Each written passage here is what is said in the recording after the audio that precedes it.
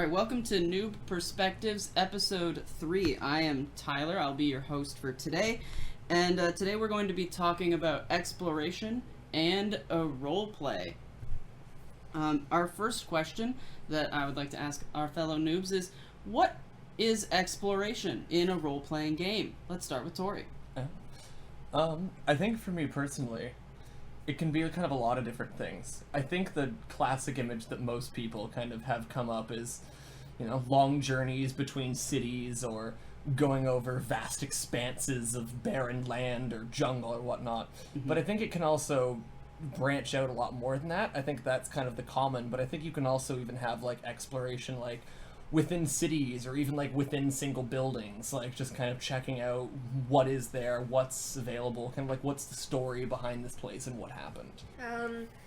For me, I've always thought of exploration as outside of a cityscape, so kind of in nature, you're going through the woods, you probably hunt, you're navigating to find your destination, and that's kind of how I always see it in RPGs. Getting food and stuff and having to survive off the land, that kind of thing. Exactly. Yeah. There's that. When I think of exploration, the word exploration itself, outside of the context of RPGs, the only thing I can think of is Indiana Jones. Right, yeah, you're basically in in an environment that is hostile to you, not necessarily due to combat or a person or a creature trying to kill you, but the literal environment, the trees want you dead. I mean, a person might have put you in a pit of snakes. Well, that's true. There could have been a person that caused you to be in that scary environment. But I like what you mentioned, Torrey, that you can explore more than just vast expanses of space. And it definitely opens up more ideas as a GM, for what could and couldn't count as exploration, right? And it seems like we're sort of talking about exploration as anything that isn't combat or social, right? Anything that leads to one of those things. Yeah, kind of a shocking term, but to explore things. Yeah, exactly. Oh my goodness. to go out and explore that house or that weird basement that weird noises are coming out of, or that dungeon or the forest, or the new city or anything. It's just going out and exploring kind of what the world holds necessarily. Yeah, often though it's not even a deliberate exploration, it's kind of a means to an end. You kind of have a goal and you think, okay, so we need to get to this location to do this thing, so we're going to go through the woods, and that's kind of an exploration time. But it's not really your goal, it's how to get to your goal. Right, or exploring a city because you need to find the informant that you have in that city, or you need to find the person who you're looking for, or something like that. Some suspect to a murder or something. Yeah, totally. So it does seem like a means to an end. With that being said, the journey is more important than the destination, as they say. So how can we make the journey fun? How can we make the exploration fun? Like I said, when I think of Indiana Jones, what makes the journey fun is that there's danger and there's obstacles in your way. Because if you wanted to travel a long distance and every day you wake up and you're just rowing a boat for 8 hours, that's not right. Not the funnest. I guess if we want to talk about what's fun, we should probably talk about what our experiences have been, right? With exploration, and maybe we can draw on some of that. So, has anyone had any any games that they've experienced exploration in? I sure hope so. Pretty much every single one of them. Hard to find one that doesn't. I rarely can just teleport everywhere I want to go in an instant. Only in some games. That being said, though, it's so often kind of glossed over, especially in Pathfinder systems or the Dungeons and Dragons system. You kind of take what could be an exploration moment and you just kind of get through it quickly with a simple roll or just quick role play of you're walking across the streets and finally you get to the location rather than trying to play out a situation. Right. So your experience has been a lot of what could have been exploration turned into a skill check, and then a quick bit of narration, and then you're at the destination. Yeah, I think it's harder for me because I've been playing in more campaigns where exploration maybe isn't the highlight, and so while it is a fun part, it's kind of, again, as I mentioned before, like a means to an end. I want to get to whatever's next, and so I don't want to kind of dilly-dally on that detail. Right, and that's totally fair for a lot of people, right? They like the, as much as the saying goes, it's about the journey. Some people do really enjoy lots of destinations. Yeah, don't give me any of that. It's about the journey, crap. It's not about the journey. It's about the friends you make along the way. Yeah. And the money you get. Right, like if you could skip that plane ride to get to wherever you're going, I imagine that a lot of people would. Yeah. And you know that if something is not being skipped, there's gonna be an encounter of some kind. Right, yeah. I really enjoy trying to take your sheep through those dense woods, random farmer lady, but I really am doing it for the 10 gold you're going to give me at the end of this. Thank you. Oh, yeah. Yeah, actually, fetch quests are a great option for exploration. So, I guess, yeah, so Sarah, your experience has been a lot of, like, skipping the exploration. Anyone else had any experience with what their exploration was like in the games they've played or GM before? Yeah, I think for me, I've definitely had a lot of instances kind of similar to Sarah what you were mentioning, and just kind of it can be a lot simpler, especially like if you're in the middle of a plot. It's like, even as a DM, like if you're in the middle of something, breaking up your whole plot to make like this in-depth walking through the forest rather than just, roll nature or something to see how well you can actually trek your way through it or something along those lines is a simple means of just making sure it's dealt with but getting back to the main point. I feel like that is a very common aspect, but I feel like there are some times, especially when making like dungeons or anything like that you can, even without necessarily needing to make like combat or anything, the exploration of kind of trying to navigate it and see where the things are and what the routes are and what takes you where and everything, I think that can also do really well as like a form of exploration that like a lot of different things can do and like a lot of different systems can hold well. Right, and I think what you're talking about doesn't even necessarily require like players rolling dice. No. It's interacting with the environment in like a more role-playing way, right? Not necessarily socially interacting role-playing wise, but like interacting with the physical environment around you. Exactly. Right? I can think of a time when I ran a puzzle dungeon, which, for those people who don't know what a puzzle dungeon is a dungeon full of puzzles. Instead of, instead of like combat encounters and social encounters, you just have like a bunch of like different puzzles or different traps or different basically situations that the players have to overcome in order to get to the end. Yeah, and not necessarily traps in the way that like, oh, if you get this wrong, you fall into a pit of spikes. Right, but right. like Or snakes. Yeah, but like or snakes. But like traps is kind of more along the lines of just like, like you're locked in a room and like you have to figure out how to kind of get out of that, like with the environment and everything else. Yeah, definitely interacting with the environment is a key aspect of exploration. Yeah, the more we talk about this, the more I just have the mental image of Indiana Jones as just an RPG character. Yeah, he It'd would. be very easy to do. Yeah, dungeon exploration, getting the good shit. Fair. Yeah, I feel like I've definitely watched more than one YouTube video about what Indiana Jones would look like as like a D&D campaign. That's got to be a very popular thing. And it would, any of it. Yeah, it'd be a lot of skill checks, right? Like running away from a boulder, getting away from those sleeper darts and stuff. When you said that, I thought you meant like creating Indiana Jones the character. No. I also thought that, yeah. And be like, well, you just give him a whip. A lot of attitude. Give him a whip, give him a hat. Give him some And thievery. he has a gun, yeah. He has a gun. Yeah.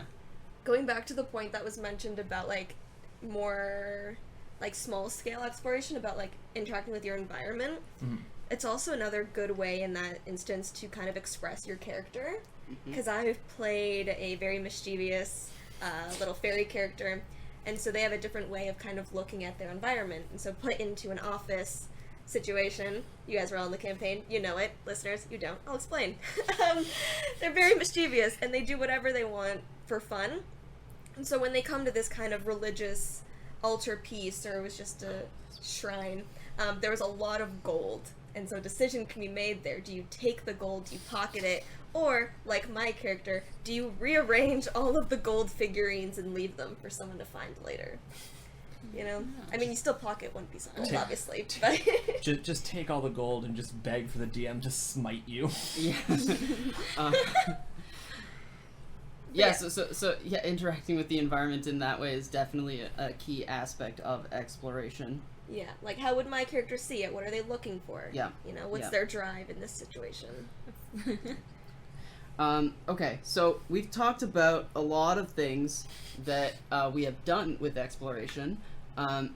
We've talked about like a wide range, including basically just a roll and then a thing, and then you get to the place, or having to fully immerse yourself in the sort of environment, within the four walls of whatever building you're in, or like streetscape, whatever.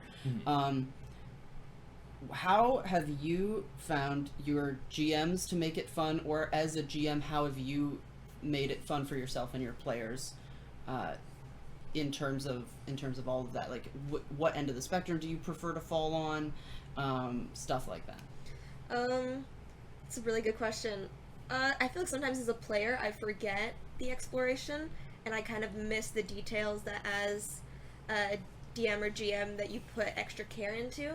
But now that I'm starting to world build for my own campaign, I realize how fun it is to like build certain locations and encounters and situations and just like natural things that if players look into, they'd find all these fun little details. And the players, they don't really go for those details all the time. The key word there is if. Yeah. But it's so much fun to build like a juicy little story in, or like a very fun piece of like natural lore. Yeah, I do feel like players tend to be more interested in the plot, interested in sort of like what their characters are doing in the moment, rather than necessarily all the lore pieces that fill it. That being said, though, I do think the lore is important, because if it's not there, you're basically just like Droning through a flat Yeah. landscape of nothing. yeah, it doesn't feel real, and I feel like part of the fun of RPGs is that it feels like you're inhabiting a real world and interacting with it in a real way. Mm-hmm. Yeah. Yeah, no, and like, I feel it's like it. Players aren't always necessarily going to like come immediately to it, but I think it's also like to a degree, a big thing on like the GM to kind of gauge where your players are at. Yeah. Because like there are definitely some players who want to like, if they see something, like go check it out and investigate, and like want to like kind of build into that. So putting, you know, like a shrine to something on the side of the road, or like an old ruin, or like something, you know, off the beaten path that they might then want to kind of look into and do have more like exploration time with it, rather than just fast traveling down the road, Right. can work really well with those players. But at the same time, if you have players who are more like goal driven and just kind of really have that one thing that they want to do, like they want to get that orc, or they want to, you know, go save that, like whatever it is, like, and that's like their main goal. Trying to put more things on the exploration side for them to kind of run into isn't necessarily going to suit them well, and if anything, may not just end up annoying them, because it's constantly just kind of getting in the way of them doing what they're trying to do. So like a lot of it just comes down to like how well you as a GM kind of just know your party and kind of know what they're interested in and what they're looking for. Right. Yeah. No, totally. Like, if you have a group full of people who, I think putting the stuff in, even if you have a group full of people who might not interact with it, putting it in there, putting a little bit of thought towards it as a GM can be really helpful. Just as like a way of sort of like breaking up the monotony Totally. of here's a roll, you get to your place, do a thing. Here's a roll, get to the place, do a thing. 100%. You know, even if they don't interact with it, I think as a GM you kind of have to be okay with your players not interacting with everything you put in the world, because they're not. They're 100% like they literally can't. Yeah. If you like, unless you have like those artificial walls up, like in video games, you know, like you can't go past this X direction or this Y direction, right? Like, and I'd almost take it a step further to say it's not even just like be aware of it happening, but like expect it to happen. Like it's Yeah. going to occur. Yeah. Like it's like, especially like at least in like some of the campaigns like I've run, like, you know, I tend to like to kind of like, as you say, like make sure everything has like a bit of a prep for it. Obviously I can't prep everything in every situation because players could literally do anything.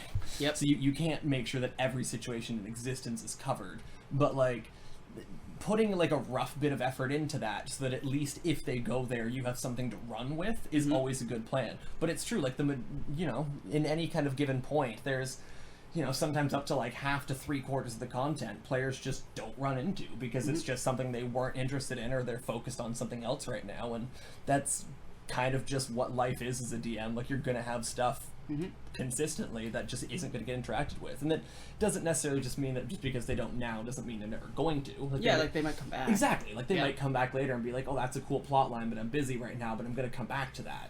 Yeah, you can't do every side quest right away. Yeah. I think that something that I found really fun and really interesting is figuring out what I think my players are going to interact with. So as a GM of a Pathfinder campaign that's running right now, I set up a sort of like underground city with a whole bunch of tunnel systems. These tunnel systems were described to have terrifying creatures at the ends of them, perhaps. Like the creatures weren't necessarily fully described, but they were alluded to because they created these massive tunnel networks. And you know, usually a pretty good warning sign. and so sometimes your players ignore those warning signs and go down the tunnels anyways. Even goopy walls, that's not dangerous. The walls were they were definitely goopy, slimy walls. It was definitely indicated that there might be some sort of worm or giant insect at the end.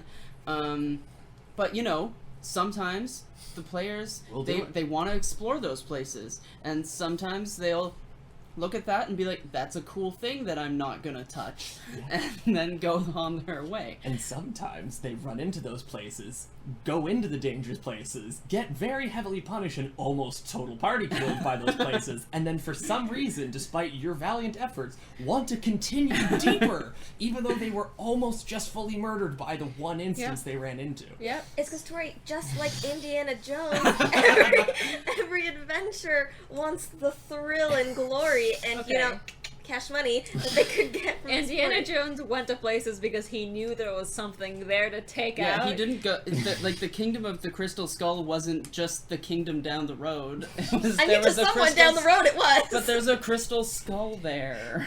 Yeah, he's like, you know what? We should go into the Temple of Doom because there's something to steal, not because we saw a centipede and there might be more, but we don't know what it sleeps on or whatever. I'm sorry, I interpret his thrill to adventure differently than you guys.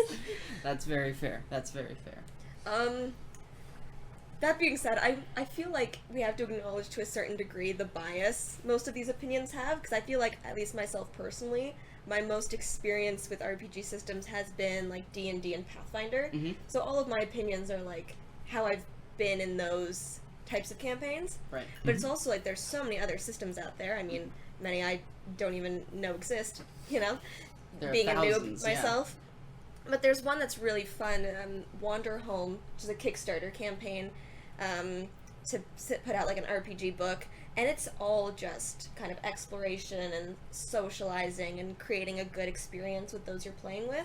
Like, it has no dice, you can even play without any guide, and it's just like everyone goes in to build the world and experience as they want it. I think when they come up to a new destination, you get to roll on a table for different aspects the place could have. There are dice. Okay, well, like, yes. Okay, there are some dice, I suppose, but you don't use them to play. Everything is, like, token-based and not based on your actions. Okay. But yeah, no, it's really fun because you get to just, here are some aspects, how do we want to build this location that we're going to, and it's kind of all just, like, casual experience of exploration. It's like a world-building exercise. Yeah. There are a lot of world-building games like that. You said it's a Kickstarter campaign. Is the campaign over? Yes. At this point? Okay. I do believe it's over, and so like now you can buy the physical copy and the digital copy. Okay. Awesome. That's pretty cool. There's other games that are similar to that. Like Gumshoe is a very common one that's brought up a lot in terms of like what Torrey explained as what he thought of as exploration, with the whole like investigating sort of thing. Like you go, the whole point of Gumshoe is you build the town together, and then you go around the town investigating crimes, or you know, finding lost cats. And so like you do interact with people along the way, but a lot of it is looking at the crime scene, finding clues, all that sort of jazz. Yeah. Yeah. So like there are games that do more heavily focus on that sort of aspect of exploration than D&D and Pathfinder do. Yeah, I mean, there's also a lot of games where they really try their best to force you away from combat by making it very deadly. Games where you start with very little HP and it never goes up, and and you die very easily. And Looking at you, Burning Wheel. I wasn't thinking of the Burning Wheel. What are you thinking of? I was thinking of the Sprawl, Oh, okay. where it's powered by the apocalypse, and so you have essentially 6 hit points, and a gun will do 4 out of those 6. Oh, Huh. damn. And so Just like real life. it's just like real life. Yeah. Yeah, and so you don't want to do combat, No. and socializing is an option, but a lot of that game is sort of like, or at least the way I played it is sort of heisty, investigating, and sneaking, and that kind of stuff, trying your best to avoid being accidentally poisoned or shot by androids, etc. Of course. Yeah. We've been talking about a whole bunch of other systems. Leah, you mentioned one before we started recording here. Blades in the Dark. Yeah, Blades in the Dark is really, it doesn't strongly discourage combat, really, but it is a heist game, and sort of like if you were playing through Ocean's 11, and part of the point of a heist is to not be seen, Right, of course, yeah. and so a lot of it is sneaking, and you know, there's other options in the game. You can always be a gang that beats people up on purpose. Right. One of those fun ones. One of those fun ones. Yeah. Everyone's favorite gang. Yeah. So that kind of leads me to the question that that's been on my mind since we started this discussion is, can you do a whole session, 3-4 hours, of just exploration? Is that possible? Would that be fun? It depends on how you want to describe exploration for the purposes of that session. Right. So if it's the topic, or the way that you brought it up before, like, you know, we make a roll and then we go. Right? That seems kind of boring. Yeah. I'm not gonna lie. You know, to me, if I make a skill check, I roll my survival, I find my food, great. Let's move on to the next day. I roll my survival, do I find my food? Nope. Oh, guess you get a level of exhaustion. Good for you. Now you move on to the next day. Do you find? Yeah. And so that seems non-interactive and not very role playing game. It's very game, not very role playing. Right. So Losing that one You of can, 3. you Like- can always slowly describe how you're starving to death. Oh. right. Ooh. So What it, fun! beautiful. it kind of feels if you're doing that, it kind of feels more like a board game. It adds the Right. role playing back in if you have to describe that. Yeah, but I think Level that up from that trauma. You almost caught a rat one time. There- Got there- away. Can you there- imagine if the DM did that? there are definitely board games that are like that, right? Like games like Terraforming Mars is a very similar sort of aspect. Like you're surviving on Mars. Yeah. And like it's obviously it's a hostile environment. That's one of the aspects that we brought up as a like key point for exploration. So thinking about that, obviously that doesn't work just making rolls, because it's a role-playing game and our goal is to role play at least a little bit. So because we're not playing a board game, which you know if you want a board game, it's all about survival. I guarantee they're out there for you. So play those. But how would you do it then if not that way? Yeah, and like I think kind of even like as a global point, like as we've kind of talked about these like kind of different pillars of like how RPGs are run, like making a full session out of like just combat very doable. Very doable. It's in certain systems. Yeah, and like making a whole, setup out of just like social encounters where it's like a political intrigue or like, investigation-based work, like that could easily be done. Again, but, in certain systems, yeah, right? Yeah. But like when it comes to exploration, it is very hard to make just exploration, as you said, it is normally a means to something rather than something in itself. But like I don't think it's entirely impossible. I just think it would be pretty difficult. Like you could go through and kind of like, as you were mentioning before, you could make like puzzle dungeons and things that are in about like exploring your environment and looking at what you're doing and looking what you're going through, or even like effectively making what I guess would be essentially like an escape room. Like you're not necessarily talking to people. You're not necessarily like going through and like getting fought every time you go into one. But like you could effectively try to recreate a similar one of those into like an RPG section where they have to go through and investigate clues and look for patterns and things and try to like find stuff in that to kind of make a lot more of the exploration of where they are and their kind of situation build into a lot more of what's kind of going on and play off of that a lot.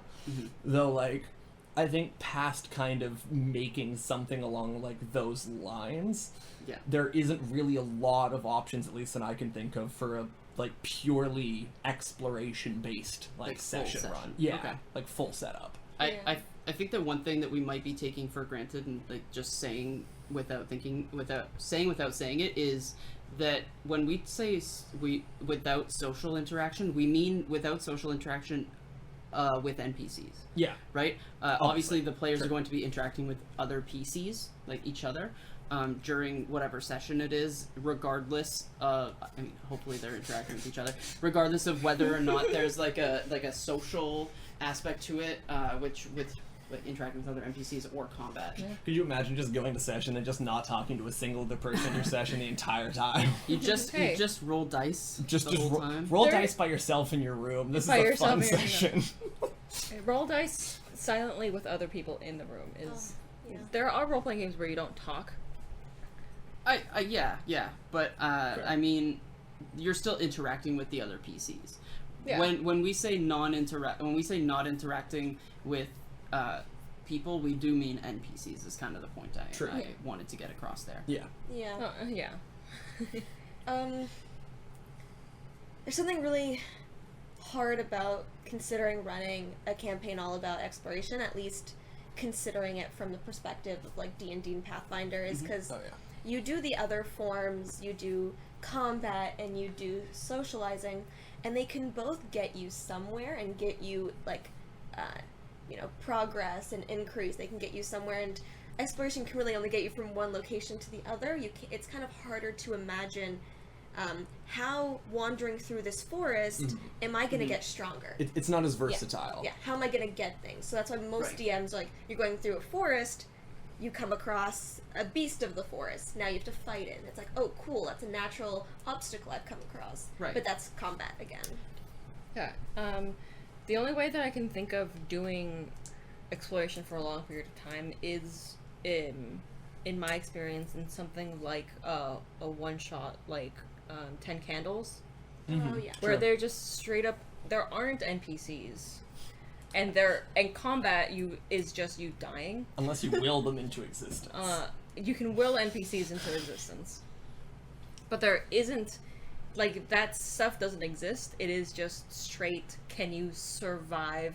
Well, the goal of the game is to survive for as long as possible, but you're not supposed to survive. You're supposed to die. It's a horror game where all of it just leads to your slow demise. So beautiful. So horror games are a thing that we talked about in the combat thing, the combat sort of episode. Yeah, that's the word.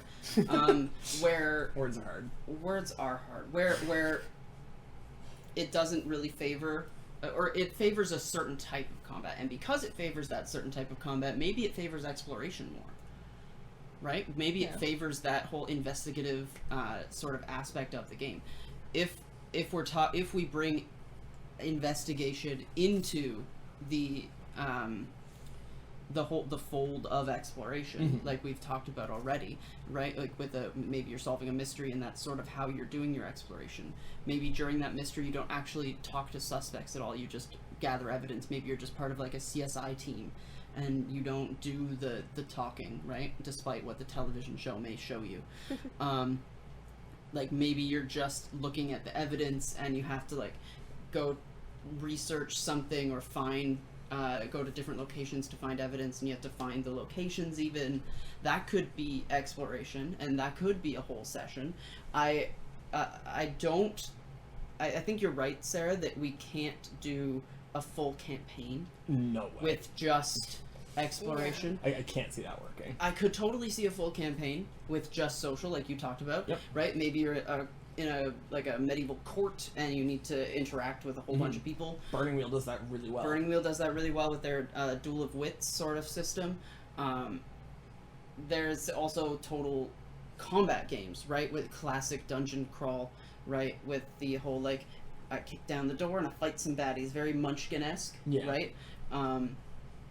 And of course, there's going to be roleplay within that, but it's not the main focus. And there's no social, right? Or not no, but like very little social, and the exploration is from one room to the next, rather than like maybe a roll in between. Yeah, exactly. Yeah. Exactly. So more of that, like the exploration that you talked about at the beginning, with it's a skill check and then we get to the next place. So I think it's possible to do it for a whole session. I wouldn't put much past that. But doing more than one whole session without any interaction with NPCs or monsters, or like, I guess those are the two things. It's gonna get dull fast. Exactly. Especially because like the theater of the mind is really fun, but if I can't physically see and physically interact with the environment, I can see it getting old for me, at least personally, pretty quick. Yeah. Yeah, that's very fair. With just like an exploration just in your imagination, it's a little harder. Yeah. I think the DMs, something that we haven't brought up yet in the podcast is physical, like tokens, physical, like having minis, having the walls. Yeah. Or even like physical, like props. Like if you're doing an investigation, I hand you a wanted poster. That could be that's something that sort of like draws you into it, and you could even fully investigate that wanted poster. Maybe the DM puts like little hints in it. They draw the person in a particular way so that you notice that person has a scar, and then when they're describing an NPC that you meet, they have a scar too, right? The exploration and interacting with the environment could be in real life as well. Sure. Yeah. I've seen many DMs do that, where they physically write letters to the players. That's really cool. Yeah. I've seen on YouTube, though obviously having never done this, but like I've even seen instances where like the players will like go through and they'll get to something, and they'll like get to like the back of like a dungeon or something, and they'll come across like a puzzle box, and the DMs will like genuinely hand them a real puzzle box, and it's like it's up to you people to figure out how to actually open this. That'd be really fun. And it's like, that's cool. I have neither the time nor the resources for that. Yeah. But one day, that sounds amazing. I'm not about to make you people a puzzle box. I feel like in most cases, as a player at least, once you get into a situation you're so used to combat, when you reach a puzzle, you get the classic, like 4 PCs, 1 brain cell. The simplest puzzles are like right over your head. The DM's like, please, just the one little detail. Just notice this and you'll get it. And it's like, what detail? Yeah. Oh my god, what's this? What are these random things? Do they relate? Which is always the most infuriating thing as the DM. It's like, because like and it's like sometimes it's like the most obvious thing, but because your players aren't looking for the obvious things and are looking for like the super hidden, it's just like, how are you not finding this? Like, it's right there. That's something interesting actually that I've thought about a lot. When DMing is, what do you tell your players? Right? That I think that's a big thing when talking about exploration that we haven't mentioned yet, is what do you tell them? If you're going through, it's really obvious, like if you're going through a forest, you tell them there are trees around. Maybe there's some wildlife on the ground. Maybe there's a path that they see. Like the really obvious, very, very obvious things in a forest. But what do you tell them? Maybe they're particularly skilled at some sort of like at like nature, for example, like Torrey brought up earlier. Maybe they're particularly skilled at noticing tracks. Maybe they're really used to looking like up at the sky. Maybe they see birds up there that are going in a certain direction, and they might know what that means, right? Yeah. So telling the players what their characters would know is kind of something that DMs have to think about, right? And that it's a little easier to think about in a forest setting, right? Yeah. Like all those examples I just gave are obviously, I think we would all be able to think of those. But when you're doing an investigation, right, and you have a group of investigators who are maybe your campaign is you're all a bunch of Sherlock Holmes types and you're solving mysteries, roaming around solving mysteries. That's still investigation, that's still exploration. Different all words. Doing great. That's still exploration, like we talked about, solving mysteries and interpreting clues and such. But what do you tell the players who are supposed to be master sleuths? Right? Do you give them the hint? Right? Or do you let them struggle with it because the players might not be master sleuths, but the characters are? Right, you have to find that good balance of give them enough to keep them engaged and maybe get them looking, Yeah. but to still have something that they can actually look for to feel like they're doing the work. Right, you don't want to be that phone game ad where it's like, what's the answer? Oh no, I can't figure it out, but it's sitting right, Yeah. It's like, what number is on the screen? and the person types the wrong number. Your players aren't that dumb, but at the same time, you don't want to give them too much information, but you don't want to give them no information, right? Because you are literally their only source of information. Yeah. And like if you go in exactly and you're doing that kind of like Sherlock Holmes style, like, you know, their player may be some master sleuth and is like, you know, like some like 19th level character is like ungodly strong, notices everything. But if they walk into the room and they're like, oh, well, like, you know, from that knife I can like clearly see like etc. I know who carries that because I've seen it before, and I can see that there are exactly these many footprints going in this direction with this covering, and I know who works in like the mine that would leave those it's this. And you just have to tell the player that because, quote unquote, they know everything. Right. That's so boring. It's like it'd be a horrid experience as the player. As the GM, you're essentially narrating your novel at that point. Yeah, exactly. Right? Like yes, your character is, you know, some amazing investigator or whatnot, and like, would your character potentially like pick up on all these things? Yeah, but not letting it have player agency really just messes up the player itself and kind of just takes away their ability to kind of have fun with the system and interact with everything if you just tell them everything because their character would know it. So like trying to at least give them something along the lines of like a little bit of a hint, or like, hey, like, you know, you feel like you've seen that, like, you know, type of dirt on the floor, or you think you recognize that knife from somewhere, to kind of at least guide them a little bit into like the right direction that their character would pick up on, but without just handing them the solution to the problem and making it boring for them.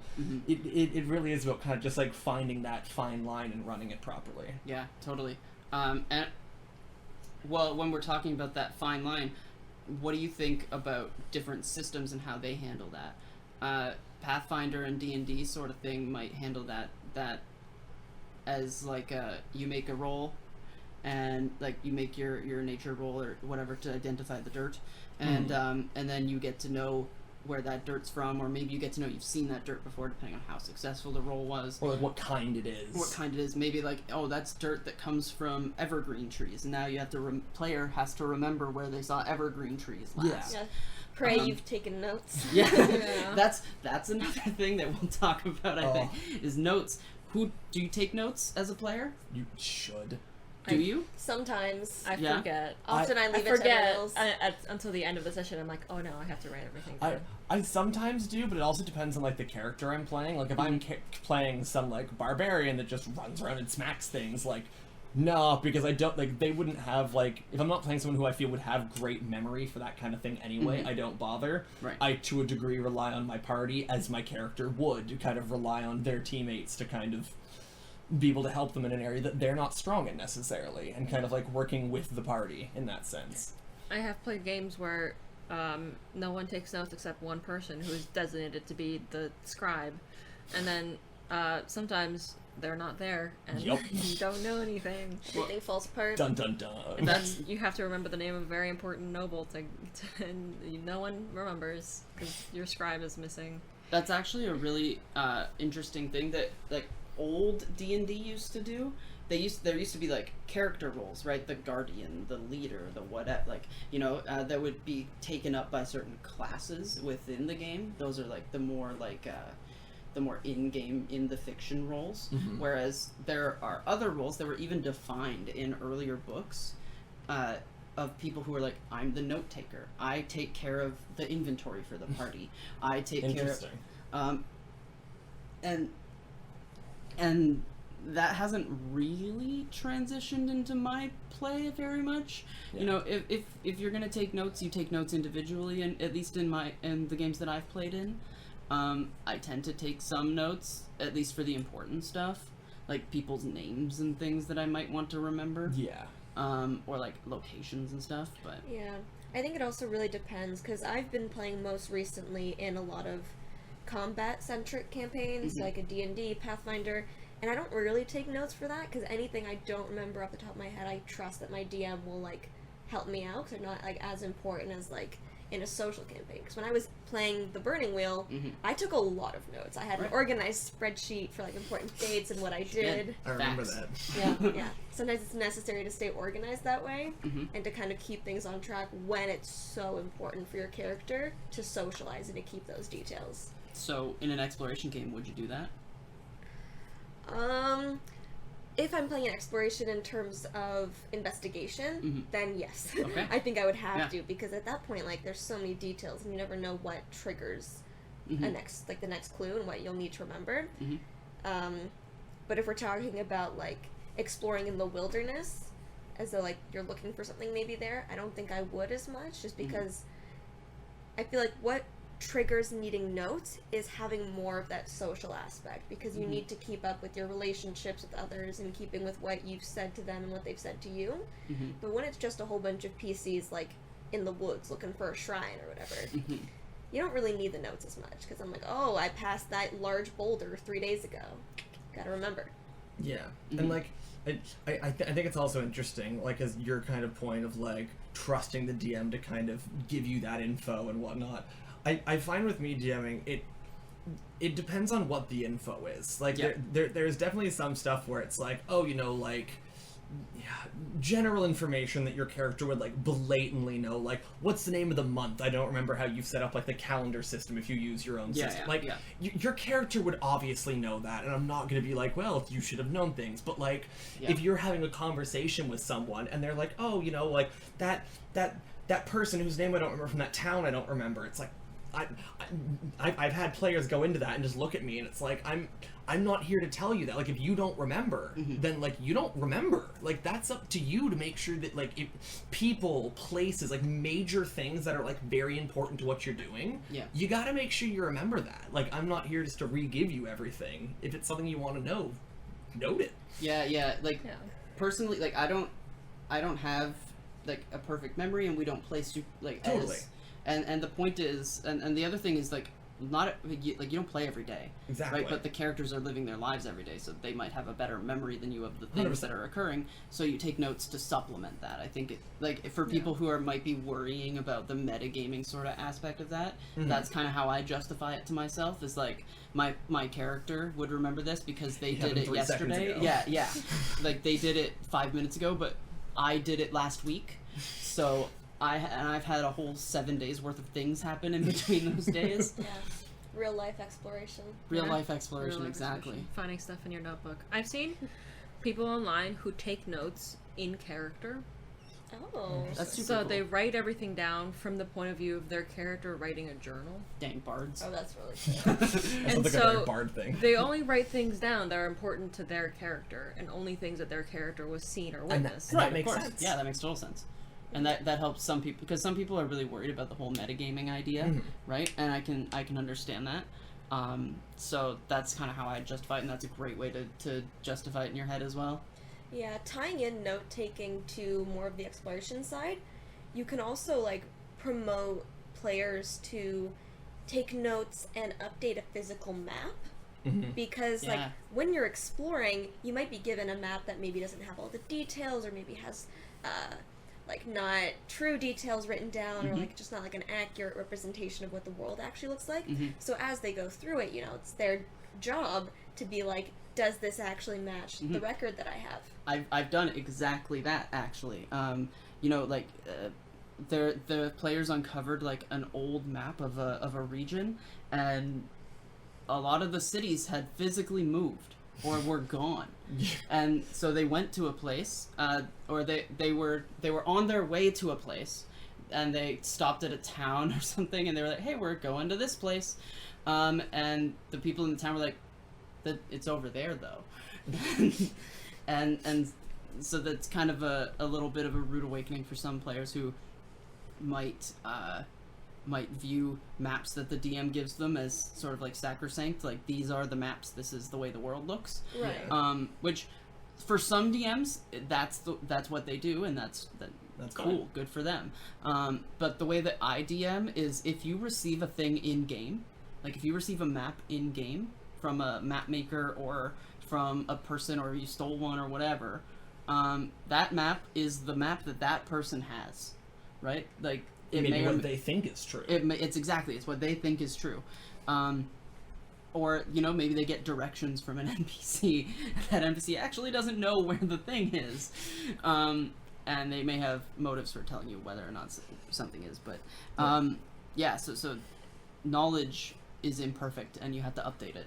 Yeah, and I think it's also very interesting that I like kind of on the map front that you were mentioning as well, is even in the campaign that one of the ones that I run currently is we have one player who, since we've started, as I've described everything like around them and like where they've gone, he has been, I think, like in paint trying to draw what he thinks the map is of the world, and like he's been trying to basically be his own cartographer. Yeah. Like there are individual maps that they can get of like smaller regions, but there is no like global map available because no one's mapped the whole world in our setup. Right. So like he's just been spending the time, like every time I'm describing, you know, where water inlets are, where rivers are, where mountains are, he's been actively like building the map of what he sees, and like it's not bad. That's impressive, actually. It's the best compliment. It's not amazing, but it's not bad.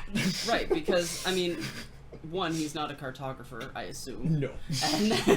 And two, the information that you're giving them is probably also imperfect. Well, and as well, it's like, oh, well, like there's a stream that goes fairly far inland. How far is fairly far? Exactly. It's not. I'm not saying, you know, this stream goes exactly 496 meters inland with a 12-degree angle to the hook left, just around this one mountain. Like, no, like you're getting the rough info that you would get from observing it, not necessarily like dead accurate measurements. Yep. Same thing. I think that's really important in dungeons. That players keep an accurate map of where they're going. Yeah. Because once I didn't do that and I got lost. I got very lost. Good thing the other players were keeping track of where they were. Same thing. Sometimes you designate one person to make a map of the area you're in. Yeah, don't do a good job. They either don't do a good job or they're absent the next session and they don't have a map. Exactly. But one thing, when I was GMing, one of my players actually, they specifically in game bought ink and paper in order to make the map in game, like in character, which I thought was super cool. And then they physically made it also because we were playing physically. This was pre-COVID. What a time. What a time. Exactly. And we had like minis and stuff on a board, but whenever they left a line of sight of a place, I would take off the board because they can't see it anymore. And so like it's not if it's not visible to them, they shouldn't see it on the table either. Yeah. Or like if a door closed or whatever.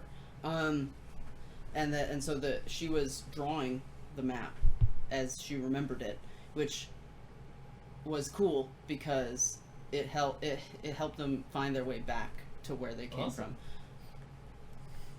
Yeah. You also have like the classic telltale of like one of your players, like the moment they go in, just tying a string to something and like, tying a bit of their rope, and then once they're lost, they're like, "Cool, I'm just gonna follow the string back." The Hansel and Gretel's classic. Yeah. And there's the DM. You get the little fun of cutting it. Yeah, or doing like have you seen the movie Labyrinth? Yeah. When she was drawing arrows with her lipstick or whatever, and then the little like gremlins or whatever they were came and they just like turned the stones that the drawing was on, so the arrows pointed in completely different directions. Yeah. You do that as a DM. That's mean. a little mean, but it definitely spices things up. Yeah, It can be very entertaining from a DM's perspective. If you leave breadcrumbs, someone's gonna eat the Yeah, breadcrumbs. there's mice in the dungeon, yo. Yummy, yummy. Awesome. So I think that we've. Sorry. Actually, before we wrap things up, I have a topic for potential debate. Okay. I so like debates. We've talked a lot about how hard it would be to have a purely exploration session and campaign, and so I've started brainstorming an idea, and I want to bring that up to you guys. Okay. Okay. Picture this: you have the players; they're dropped into a situation. It's apocalypse style. There's everything is gone. There's no other creatures. They're the only ones. Something has happened, and they have no memory. Okay. You're describing apocalypse world. Continue. Yes. So assuming that they don't remember anything about themselves, and that's both the characters and the players playing them, Okay. the exploration is then discovering who they are, where they are, and like discovering more about how they can interact with the world. That feels purely exploration. It feels very narrative. Yeah. Yeah. And so my problem with that initial problem is if there's nothing else, what am I doing? Assuming it's like nothing else living, so like there's still objects and like things to interact with. Like I can look at a cactus or something. Like, Yeah. but like, what am I doing? I mean, it would be like something like, hey, you wake up one day with no memory and there's no living people, but you're in your home, Right. assumedly, and Right. like Or all like- your or- stuff yeah. is there. Okay. So it would be very mystery based. Okay. So it's a longer mystery. Yeah, essentially, yeah. kind of like unravel what happened and Okay. unravel what caused this to occur, and who you are. I can don't see that. know. I don't know for how long you can Yeah. That's drag that out for. I think it could Because- definitely work for a bit. Yeah. Definitely longer than the A session. classic mystery, right, Yeah. which might last 1 or 2 or 3 sessions.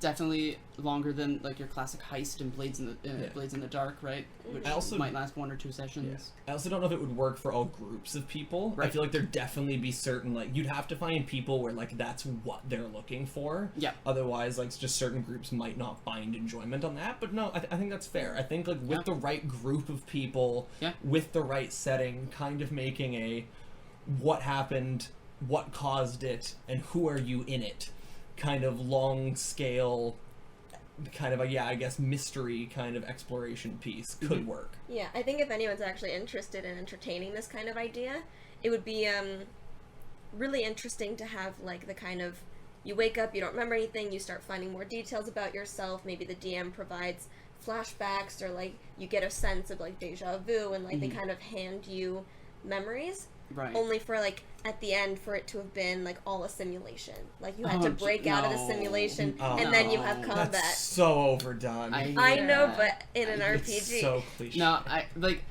so I mean cliches are cliches for a reason, but also like the for me personally, I would really dislike that as a player because it would feel like all of the stuff that I've done Was over the pointless. last however many sessions literally doesn't matter. What I would do It devalidates all the work. What I would do is instead of it being a simulation, you go through this process of figuring out who you are and why everyone is gone or dead or whatever, and at the end, it turns out it was all your fault. Oh, That's damn, good too. That's cool. Yeah. Another one might be like it turns out they're not gone, but you end up finding them in the end. Yeah. Like maybe there was like a nuclear apocalypse or something. And some group got underground. Yeah, and somebody got underground or something, and so you find out there isn't no one around. I also like the idea if you are players that also like really trust your GM well, would be kind of the interesting thing of usually to a degree you kind of make your character and the rest of the party and like the DM kind of learns about who you are as you go. But it's also going to be very interesting if the DM knows exactly who you are and everything about you, but you as a player are slowly learning who you actually are and like you're learning about what you're like and how you are. We've talked about running this sort of From game that. I would adore with like that. This all would be the players most are like interesting. amnesiacs and the DM has all your character sheets. You would very much though need like trust that your DM knows like what they're making and isn't making garbage for you. Yeah. And as well that they would be making something that they know you as a player would Wouldn't actually enjoy playing. Yeah. Like if you're someone who only enjoys playing like mages and casters and you just get handed a fighter, like you're not gonna have fun. Like 100%. you'd need a DM that you trust and has enough knowledge of you and your group to kind of pull that off. But I think it could be very interesting. Yeah. So to kind of end us off here with that whole debate thing, because I think we figured out that that's a pretty cool idea. I would enjoy it. That we would enjoy either running or playing. Even though I had initial reservations, I think a lot of us did. But it the more we talk about it and the more you flesh out the idea, I think it's really cool. We definitely need a lot of work just so you could like have those puzzles and those aspects to explore.